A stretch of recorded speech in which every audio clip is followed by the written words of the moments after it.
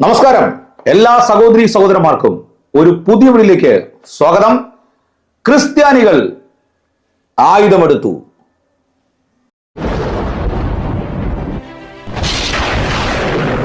പ്രിയ സഹോദരി സഹോദരന്മാരെ, വർദ്ധിച്ചു വരുന്ന ഇന്ത്യയിലെ ക്രൈസ്തവ പീഡനം, മത ചിന്താഗതി കുത്തി നിറച്ചുകൊണ്ട് മനുഷ്യ മനസ്സുകളെ വികൃതമാക്കി, ജനാധിപത്യത്തെ കൊന്നുകൊണ്ട്, കഴുത്ത് നിരിച്ചു കൊന്നുകൊണ്ട്, മതേതരത്വത്തെ ഇല്ലായ്മ ചെയ്തുകൊണ്ട് വർദ്ധിച്ചു വരുന്ന വർഗീയത രാജ്യത്തിലെ പൗരന്മാർക്ക്, അതെ ക്രിസ്ത്യാനികൾക്ക്, യാതൊരു നിലയിലും ആയുധമെടുക്കാത്ത ക്രൈസ്തവ സമൂഹത്തിന് നേരെ സുവിശേഷം അറിയിക്കുന്നു എന്ന പേരിൽ മതപരിവർത്തനം ചെയ്യുന്നു എന്ന വേജേന ക്രൈസ്തവ സമൂഹത്തെ ആക്രമിക്കുന്ന പ്രവണത ഇന്ന് വർദ്ധിച്ചു വരികയാണ്. അതിന്റെ പിന്നിലെ കാരണം പരിശോധിച്ച് നോക്കിയാൽ നമ്മുടെ ഇന്ത്യയിൽ ഇപ്പോഴുള്ള രാഷ്ട്രീയ സ്ഥിതികളാണ്. എന്തിനാണ് ക്രൈസ്തവ സമൂഹം ആക്രമിക്കപ്പെടുന്നത്? ക്രൈസ്തവ സമൂഹം ആക്രമിക്കപ്പെടുന്നത് വ്യാജമായിട്ടുള്ള പ്രസ്താവനകൾ കൂടിയാണ്.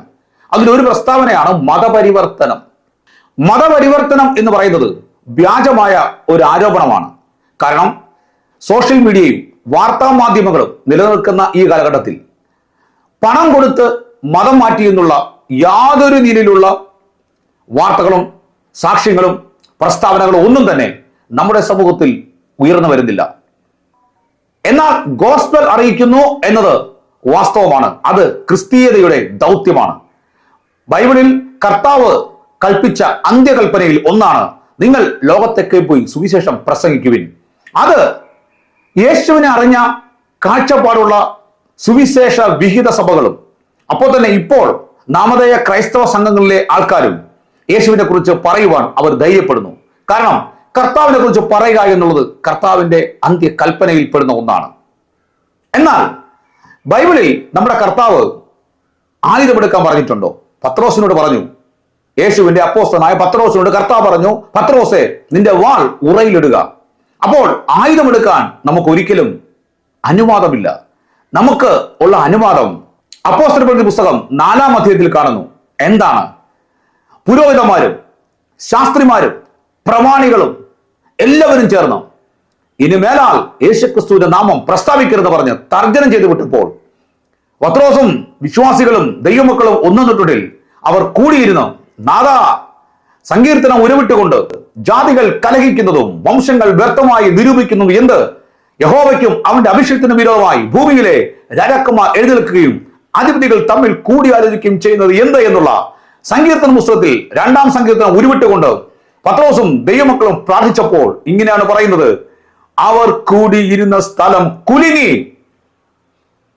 അവർ പരിശുദ്ധാത്മാവ് നിറഞ്ഞവരായി, അവർ ധൈര്യത്തോടെ സുവിശേഷം യേശുവിനെ കുറിച്ച് സംസാരിക്കുവാൻ ധൈര്യപ്പെടുകയും അതിനായി ദൈവം അവരെ ശക്തീകരിക്കുകയും ചെയ്തു.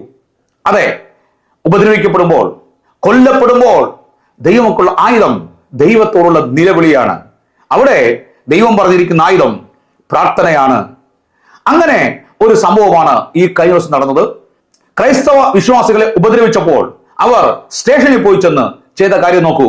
അതെ, ഞങ്ങൾ ഉപദ്രവിച്ചാൽ ഞങ്ങൾ ആയുധമെടുക്കില്ല, ഞങ്ങൾ പാടും, ഞങ്ങൾ ദൈവത്തെ സ്തുതിക്കും, ഞങ്ങൾ ദൈവത്തെ മഹത്വപ്പെടുത്തും, ഞങ്ങൾ പ്രാർത്ഥിക്കും, ഞങ്ങൾ ഉപദ്രവിക്കുന്ന സ്ഥലത്ത് ഞങ്ങൾ കൂട്ടം കൂടും, ഞങ്ങൾ സ്വർഗത്തിലേക്ക് നോക്കി നിലവിളിക്കും, ഞങ്ങളെ കള്ളക്കേസെടുക്കുന്ന സ്റ്റേഷന് മുമ്പിൽ ഞങ്ങൾ ഒരുമിച്ച് കൂടും, ഞങ്ങൾ പ്രാർത്ഥിക്കും, ഞങ്ങൾ ദൈവത്തോട് നിലവിളിക്കും. അതെ, ഞങ്ങളുടെ ആയുധം പ്രാർത്ഥനയും നിലവിളിയും പാട്ടും ഒക്കെയാണ്. ഈ ലോകം അത് കാണട്ടെ. അതെ, ക്രൈസ്തവ സമൂഹത്തെ ഉപദ്രവിച്ചപ്പോൾ, കള്ളക്കേസെടുത്തപ്പോൾ അതിനെതിരെ അവർ മുന്നിൽ വരികയും അവർ ഇങ്ങനെയാണ് ചെയ്തത്. അത് നമ്മുടെ സമൂഹത്തിൽ ഒരു പരിവർത്തനത്തിന്റെ, നല്ല ചിന്തകളുടെ ഒരു ഇടമായിട്ട് തന്നെ നമുക്കതിനെ കാണണം. മധ്യപ്രദേശിലെ ജബൽപൂർ മണ്ഡല എന്ന സ്ഥലത്ത് കഴിഞ്ഞ ദിവസം ബജറംഗ് ദൾ പ്രവർത്തകർ ക്രിസ്തീയ വിശ്വാസികളെയും സുവിശേഷ വൈദികരെയും മറ്റു ഉപദ്രവിക്കുകയുണ്ടായി. ഉപദ്രവിച്ചവർക്കെതിരെ കേസെടുക്കണമെന്ന് ആവശ്യപ്പെട്ട് ക്രിസ്തീയ വിശ്വാസികൾ പോലീസ് സ്റ്റേഷനിലെത്തി പ്രതിഷേധിച്ചു. അത് വ്യത്യസ്ത രീതിയിലായിരുന്നു. അധികാരികൾ കണ്ട് ആശ്ചര്യപ്പെട്ടു. മുക്തി ദിലായ യേശു നാം, ശാന്തി ദിലായ യേശു നാം എന്ന ഗാനം കൈകൊട്ടിപ്പാടി ആരാധിച്ചാണ് അവർ പ്രതിഷേധിച്ചത്. ഇതാണ് യേശുവിന്റെ മാർഗം. ഇതാണ് യേശുവിന്റെ മാർഗം. അവരെ തടവറയിലിട്ടാലും അവർ പാടി ദൈവത്തെ സ്തുതിക്കും. അതെ, നാഥ, ജാതികൾ വ്യർത്ഥമായി നിരൂപിക്കുന്നതും വംശങ്ങൾ കൂട്ടം കൂടുന്നതും നിന്റെ അഭിഷേകത്തിനും നിനക്കും വിരോധമായി എണിക്കുകയും ചെയ്യുമ്പോൾ നാഥ, നീ ഞങ്ങളെ ശക്തീകരിക്കണമേ.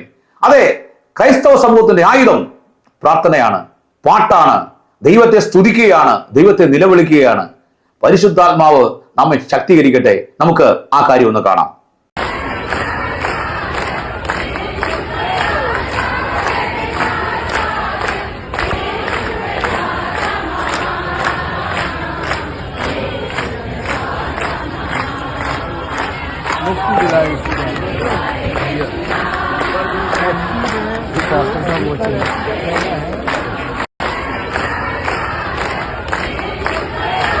നമുക്കൊന്ന് കാണാം.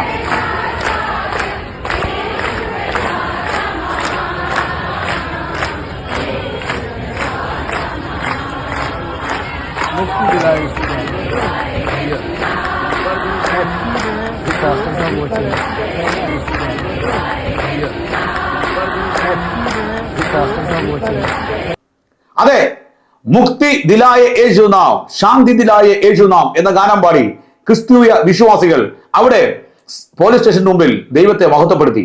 അതെ, ക്രിസ്തീയ സമൂഹത്തിന്റെ ആയുധം വാളല്ല, ബോംബല്ല, ആധുനിക ഉപകരണങ്ങളല്ല. ഞങ്ങളുടെ ആയുധം പ്രാർത്ഥനയാണ്. ഞങ്ങളുടെ ആയുധം ആരാധനയാണ്. ഞങ്ങളുടെ ആയുധം ദൈവത്തോട് നിലവിളിക്കുക എന്നുള്ളതാണ്. അതെ, അവർ ഒരുമിച്ച് നിലവിളിച്ചപ്പോൾ, ഒരുമിച്ച് പ്രാർത്ഥിച്ചപ്പോൾ അവർ കൂടിയിരുന്ന സ്ഥലം വിറച്ചു. ഞങ്ങളുടെ യുദ്ധത്തിന്റെ നേതാവ് സൈന്യങ്ങളുടെ ദൈവമായ യഹോവയാണ്. അതെ, അധികാരികളെ, സുവിശേഷ വിരോധികളെ, നിങ്ങളോട് യാതൊരു വിരോധവുമില്ല. കള്ളക്കേസെടുക്കുന്ന, അതിന് കൂടി നിൽക്കുന്ന രാജ്യത്തിന്റെ അധികാരികളോട്, അതിന്റെ പിന്നിൽ പ്രവർത്തിക്കുന്ന വർഗീയ ശക്തികളോട് ഞങ്ങൾക്ക് വെറുപ്പും വിദ്വേഷവുമില്ല. മരിക്കേണ്ടി വന്നാൽ ഞങ്ങൾ മരിക്കും. പക്ഷേ അതിലെന്തിനെന്നറിയാമോ? അത് രാജ്യത്തെ രക്ഷിക്കുവാൻ, ക്രിസ്തുവിനെ അത് മുഖാന്തരം ആയിരങ്ങൾ അറിയുവാൻ. ക്രൈസ്തവ സമൂഹത്തിന് ഇത്രത്തോളം മാറ്റങ്ങൾ കൊടുത്ത ദൈവത്തിന് ഞാൻ സ്തോത്രം ചെയ്യുകയാണ്. ശരിയിലേക്ക്, യഥാർത്ഥ ശരിയിലേക്ക് സമൂഹം തിരിച്ചു വരട്ടെ. കർത്താവിനെ മഹത്വപ്പെടുത്തട്ടെ. പീഡനങ്ങൾക്ക് അറുതി വരികയില്ല. പീഡനം അതിജീവിക്കുവാൻ നമ്മൾക്ക് ഓരോരുത്തർക്കും ദൈവം കൃപ തരട്ടെ. നീതിന്യായാധിപതികളോടും വർഗീയ ശക്തികളോടും ദൈവം ഇടപെടട്ടെ. അവരൊക്കെയും കർത്താവ് രക്ഷിക്കട്ടെ. മുക്തി ദിലായേ യേശു നാം, ശാന്തി ദിലായേ യേശു നാം. God bless you.